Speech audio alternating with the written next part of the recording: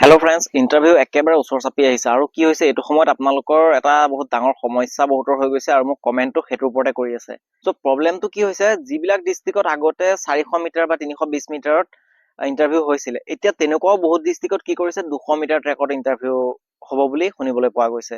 চ' সেইটোৱে হৈছে আটাইতকৈ ডাঙৰ সমস্যা। বহুত ডিষ্ট্ৰিক্টত এতিয়া 200লৈ চেঞ্জ কৰি দিয়া হৈছে। আৰু 200 মিটাৰ ফিল্ডত আপোনালোকৰ কি হৈছে, বহুতে এতিয়া মোক কমেণ্ট কৰি কৈছে মোৰ 400 মিটাৰ ট্ৰেকত 7 মিনিট লাগি আছিলে, কিন্তু 200 মিটাৰ ট্ৰেকত 7 মিনিট 30 ছেকেণ্ড লাগিছে, 30 ছেকেণ্ড পৰ্যন্ত বেয়া হৈ গৈছে। আৰু ল'ৰাৰো কিছুমানৰ 1 মিনিট পৰ্যন্ত বেয়া হৈছে বুলি কমেণ্ট কৰিছে আগৰ ভিডিঅ'টোত। আগৰ 2-3টা ভিডিঅ'ত মই তেনেকৈ পাইছো যে কিছুমানৰ 40 ছেকেণ্ড, 50 ছেকেণ্ড, 1 মিনিট পৰ্যন্ত বেয়া হৈ গৈছে। এতিয়া আপোনালোকে 200 মিটাৰ ট্ৰেকত কি কৰিব পাৰিব? চ' প্ৰথম কথা হৈছে যে কি ৰানিং যিটো টেকনিক আছে সেইটোত আপোনাৰ 400 মিটাৰটো একে থাকিব, 200 মিটাৰটো একে থাকিব। বিশেষ আপুনি সলাবলগীয়া একো নাই। কিন্তু ইয়াত পাৰ্থক্য এইটোৱে হ'ল যে আমি যিমান বেছি ডাঙৰ ট্ৰেকত দৌৰিম, ট্ৰেকটো আমাৰ যিমান বেছি ডাঙৰ হ'ব সিমান আমাৰ ষ্টেমিনাটো কম লাগিব। আৰু যিমানেই ট্ৰেকটো বেছি সৰু হৈ যাব সিমান আমাৰ ষ্টেমিনা বেছি লাগিব, কাৰণ আমি অতি সোনকালে ঘূৰিবলগীয়া হয়। চ' যিমান আমি ওচৰত ঘূৰিম সিমান আমাৰ বেছি এনাৰ্জি লছ হ'ব। আৰু তেতিয়া কি হয়, খুব ফোপাবলগীয়া হয়, খুব ভাগৰটো সোনকালে লাগে। চ' সেইটো এটা সমস্যা হ'বই। সেইকাৰণে মই আগতেও কৈছিলো যে এতিয়াও আপোনালোকে, মই আজিৰ পৰা এসপ্তাহমান আগতে এটা ভিডিঅ'ত সেইকাৰণে কৈছিলো যে যিসকলৰ এতিয়াও 400 মিটাৰ অনুশীলন কৰি আছে তেওঁলোকে ডিষ্ট্ৰিক্টত নিজৰ ডিষ্ট্ৰিক্টৰ কিমান মিটাৰত হ'ব ভালকৈ খবৰটো কৰি লওক, তেওঁলোকে জানি লওক। তাৰপিছত তেওঁলোকে 200 মিটাৰত অনুশীলন কৰিব। তেতিয়া আৰম্ভ যদি কৰি দিয়ে তেতিয়াহ'লে তেওঁৰ টাইমটো ৰখাই থ'ব পাৰিব। কাৰণ শেষৰ সময়লৈ যদি আপুনি যদি 400 মিটাৰত অনুশীলন কৰি থাকে আৰু ডাইৰেক্ট যদি আহি 200 মিটাৰত ইণ্টাৰভিউ দিয়ে, তেনেহ'লে আপোনালোকৰ ইণ্টাৰভিউত যিটো আপোনাৰ টাইম আছিলে সেই টাইমটো কেতিয়াও দিব নোৱাৰে। অলপ হ'লেও টাইমিং বেয়া হ'বই। বাকী যিসকলে 320ত কৰিছে তেওঁলোকৰো অলপ বেয়া হ'ব। কিন্তু 200 মিটাৰৰ কাৰণে সেইকাৰণে আপুনি যদি 200 মিটাৰত যদি ইণ্টাৰভিউ আছে আপুনি 200 মিটাৰতে অনুশীলন কৰাটো উচিত।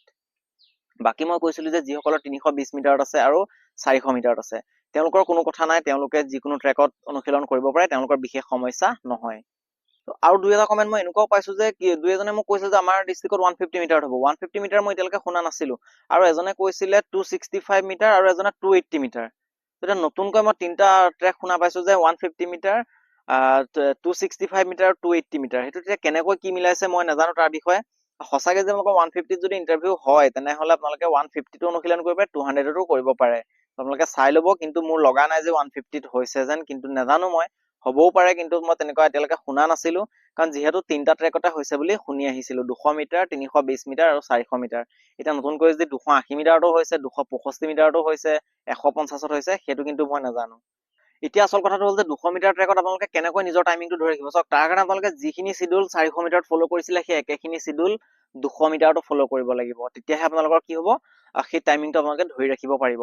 আৰু 200 মিটাৰ ট্ৰেকত এটা কথা মনত ৰাখিব যে আপোনালোকে যেতিয়া 3200 মিটাৰ নিজৰ টাইম ট্ৰায়েল চাইছে, প্ৰথমৰ পৰাই খুব বেছি স্পীড ৰানিং কৰি নিদিব। একদম 100 মিটাৰ নিচিনা প্ৰথম পৰাই নাযাব, কাৰণ 200 মিটাৰত অলপমান ষ্টেমিনা বেছি লাগে। সেইকাৰণে আপোনালোকৰ যদি শৰীৰটো অলপ যদি গৰম নহয়, ৱাৰ্ম আপ যদি নহয়, তেনেহ'লে কিন্তু 200 মিটাৰত ভাগৰটো বহুত বেছি লাগিব। সেইকাৰণে অলপমান আপোনালোকে ধ্যান ৰাখিব।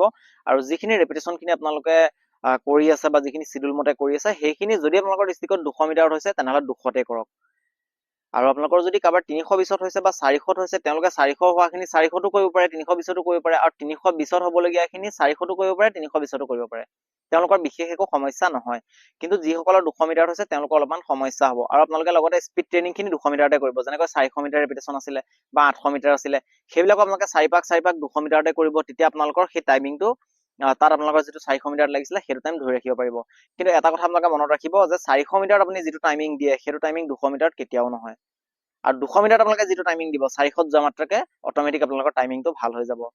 দুটা ট্ৰেকতে কেতিয়াও ছেম টাইমিং নহয়। যদি আপোনালোকৰ 400 মিটাৰত যদি 12 মিনিট লাগিছে, তেতিয়াহ'লে আপোনালোকৰ 200 মিটাৰ ট্ৰেকত 12 মিনিট 20 ছেকেণ্ড 25 ছেকেণ্ড এনেকুৱা লাগিব পাৰে, যদি অলপ খুব জোৰ দি কৰিছে। আৰু কোনোবাই যদি বেছি ভাগৰ লাগিছে তেনেহ'লে 40-50 ছেকেণ্ডো বাঢ়ি যাব পাৰে। আৰু যদি আপোনালোকে 200 মিটাৰ ট্ৰেকত কৰি আছে, তেতিয়া যদি 400ত দৌৰিবলগীয়া হয়, তেতিয়া কিন্তু টাইমিং আপোনালোকৰ বেয়া নহয়, বৰঞ্চ ভাল হোৱাৰ সম্ভাৱনা থাকে।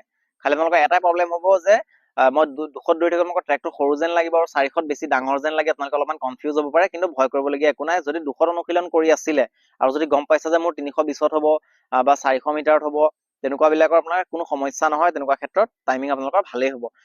বাকী যিসকলৰ 150 মিটাৰত যদি সঁচাকৈ ইণ্টাৰভিউ হৈছে ক'ৰবাত, তেনেহ'লে তেওঁলোকে 200 মিটাৰ ট্ৰেকত অনুশীলন কৰিব পাৰে। বা যদি আপোনালোকে 150 মিটাৰ বনাই লৈছে তেনেহ'লে আৰু ভাল কথা, বা 200 মিটাৰতো কৰিব পাৰে।